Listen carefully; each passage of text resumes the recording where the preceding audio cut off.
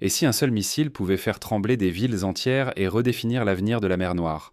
Cette question n'est plus un simple scénario de fiction depuis la nuit où la Russie a lancé, pour la toute première fois, des missiles Onyx contre des cibles terrestres en Ukraine, frappant Odessa et Nikolaïev avec une force inédite. Ce n'était pas seulement un changement d'arme ou de cible, c'était un véritable séisme stratégique dont l'onde de choc a traversé non seulement le sud de l'Ukraine, mais aussi toutes les capitales occidentales. Les missiles Onyx, initialement conçus pour détruire des navires de guerre, sont devenus en une nuit l'outil de destruction massive des dépôts et centres logistiques d'Odessa et Nikolaïev. Les deux frappes, extrêmement précises et puissantes, ont ravagé des infrastructures vitales. À Odessa, un entrepôt militaire a été anéanti, emportant avec lui des équipements occidentaux et des munitions stratégiques.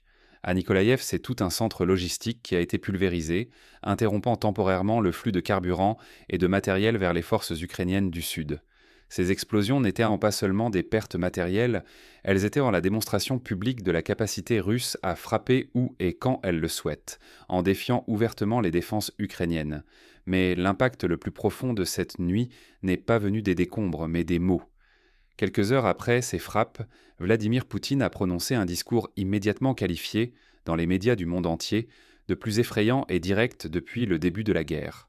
Sans détour ni formule diplomatique, il a affirmé qu'Odessa et Nikolaïev sont des villes russes, que tous les sites liés à la réception d'armes ou à la préparation d'attaques contre la Crimée et la flotte seront détruits sans préavis, et que cette décision doit être comprise comme une ultime ligne rouge. Ce discours n'a laissé aucune place au doute. Il s'agissait d'une véritable déclaration de guerre, adressée autant à l'Ukraine qu'à ses alliés occidentaux. En Ukraine, la panique s'est rapidement propagée. Habitants et autorités redoutaient toutes de nouvelles salves, incapables de se rassurer devant une défense antiaérienne impuissante face à ce type d'armes. À l'ouest, l'inquiétude a gagné les cercles de pouvoir. Ce basculement a révélé la vulnérabilité des infrastructures, mais surtout la fragilité des certitudes. Si la Russie ose employer ses missiles les plus sophistiqués pour redéfinir les règles, qu'est-ce qui empêchera une escalade encore plus brutale demain? Ignorer la portée de cette nuit, c'est renoncer à comprendre la nouvelle logique de la guerre en Ukraine. C'est sous-estimer ce que la doctrine russe de la force démonstrative implique pour l'avenir, non seulement du sud du pays, mais de l'ordre stratégique mondial. Pour comprendre comment ce tournant s'est préparé et ce qu'il signifie pour la suite, revenons ensemble sur chaque étape de cette nuit décisive et sur la portée stratégique de chaque geste. Plongeons maintenant dans le récit précis de cette nuit où tout a changé, minute par minute, pour mesurer l'ampleur du choc ressenti à Odessa, Nikolaïev et bien au-delà. Une nuit tranquille peut cacher le début d'un orage stratégique. Au-dessus de la mer Noire, le silence de la saison froide dissimulait une tension croissante. L'Ukraine renforçait fébrilement ses défenses autour d'Odessa et de Nikolaïev, consciente que la Russie préparait peut-être une offensive hivernale. Pour Kiev, ces deux villes sont vitales. Odessa, port clé pour l'approvisionnement en armes venues d'Occident, Nikolaïev, carrefour logistique et centre de réparation pour les blindés occidentaux. C'est dans ce contexte que, sans avertissement, la Russie a introduit un acteur inattendu sur le champ de bataille, les missiles Onyx. Conçus à l'origine pour percer les coques des plus grands navires, ces projectiles supersoniques ont soudain été détournés vers des cibles terrestres. La surprise fut totale, autant pour les experts que pour les stratèges ukrainiens, qui croyaient qu'aucun dépôt ou centre logistique n'était à l'abri d'un tel scénario. Le premier choc frappe Koulandrovo, près d'Odessa. Là, dans un dépôt où l'on stockait du matériel occidental et des munitions, un missile Onyx déclenche une explosion si puissante que la détonation est ressentie dans un rayon de plusieurs kilomètres. Le site est anéanti en quelques secondes, un avertissement brutal sur la capacité de destruction soudaine de ce type d'arme. Moins d'une heure plus tard, c'est Nikolaïev qui encaisse le coup suivant. Le centre logistique, essentiel pour le flux de carburant et d'armement vers le front sud, est lui aussi visé et pulvérisé. Les secours, impuissants, doivent attendre que la zone soit redevenue praticable pour intervenir. En quelques minutes, la chaîne d'approvisionnement de l'Ukraine dans le sud est sévèrement ébranlée. Mais au-delà de la perte matérielle, c'est le choc psychologique qui s'installe. À Odessa, la stupeur laisse vite place à l'inquiétude, renforcée par la certitude que plus aucune infrastructure n'est vraiment protégée. Les habitants, tout comme les responsables militaires, comprennent que la Russie vient de lever un tabou. Utiliser ses armes navales les plus redoutées contre des cibles au sol, et ce, loin du front. Ignorer la portée de ces frappes, Ce serait sous-estimer l'adaptabilité russe et la vulnérabilité croissante de l'Ukraine. Cela signifierait rater un basculement stratégique. Désormais, chaque ville portuaire, chaque infrastructure clé est exposée à des frappes d'une violence inédite. Mais ce qui a vraiment bouleversé le rapport de force, ce n'est pas uniquement la puissance des Onyx, c'est le discours qui a suivi. Quelques heures après ces explosions, un message inattendu a retenti. Vladimir Poutine s'adresse au monde, sans détour. Les mots qu'il emploie redessinent les lignes rouges du conflit et plongent l'Ukraine, comme ses alliés, dans une incertitude stratégique totale.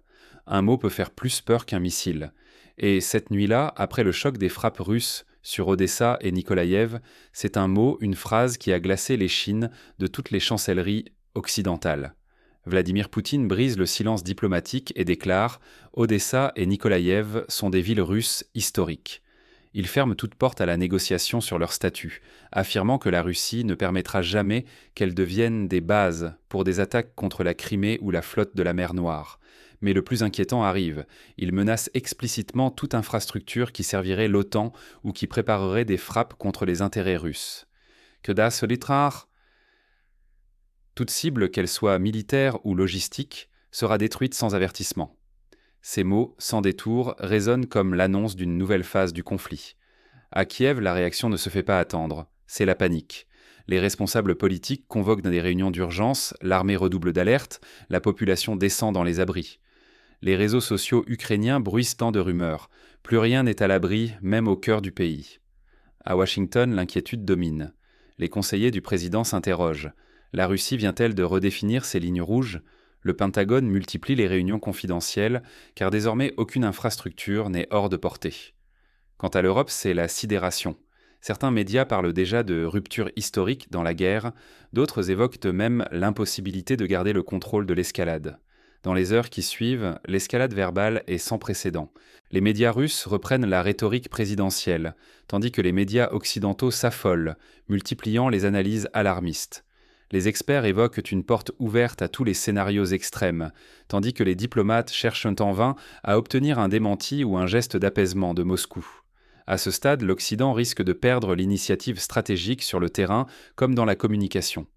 L'Ukraine perd la confiance en la sécurité de ses forteresses du Sud et la population, elle, commence à douter de la possibilité de se protéger, même pour le lendemain. La sensation d'incertitude plane désormais sur chaque décision, chaque déplacement, chaque nuit passée dans l'attente d'une nouvelle frappe. Car ce langage n'est pas un simple effet d'annonce. Il marque pour tous les acteurs l'entrée dans une ère où les scénarios les plus radicaux ne sont plus exclus, où la parole présidentielle devient une arme aussi redoutée que les missiles eux-mêmes. Mais que signifie concrètement cette nouvelle doctrine russe et comment les forces ukrainiennes, comme les alliés occidentaux, peuvent-ils s'y adapter ? La suite révèle les choix impossibles qui se dessinent déjà sur le terrain. Quand la ligne rouge bouge, tout le monde retient son souffle. Odessa et Nikolaïev sont désormais au cœur d'un tourbillon stratégique inédit. Les frappes de missiles Onyx, suivies d'un discours sans ambiguïté du Kremlin, n'ont pas simplement touché des dépôts ou des centres logistiques. Elles ont ébranlé la perception même de la sécurité dans le sud de l'Ukraine. Imaginons les scénarios d'escalade qui s'ouvrent. La Russie pourrait suivre un schéma en 6 étapes. Multiplication des frappes ciblées, destruction systématique des infrastructures énergétiques, encerclement progressif des villes, asphyxie logistique, isolement total de la région, puis prise de contrôle complète du littoral. À chaque palier franchi, Kiev verrait sa mainmise sur le sud reculer et la population locale sombrer dans l'incertitude. Le spectre d'une perte de contrôle totale plane désormais sur Odessa et Nikolaïev.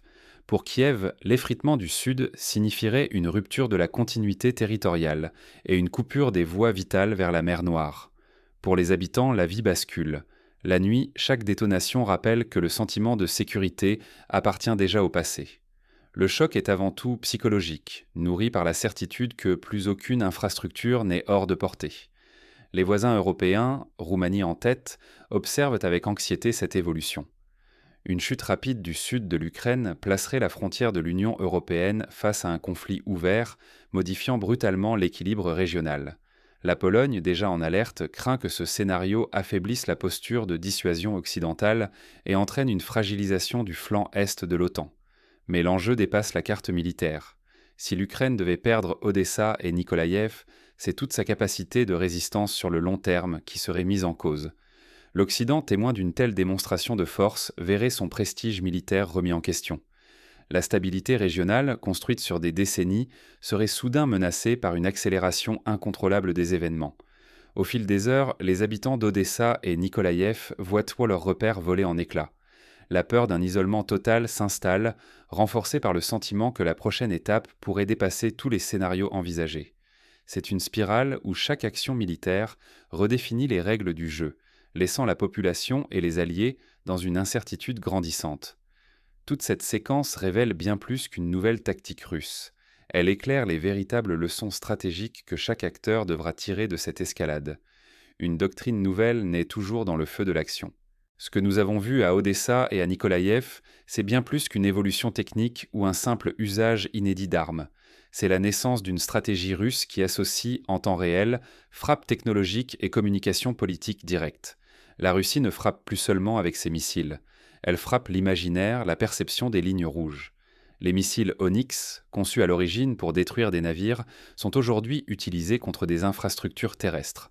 Leur efficacité tient à deux atouts majeurs, l'imprévisibilité de leur emploi et la quasi-impossibilité de les intercepter.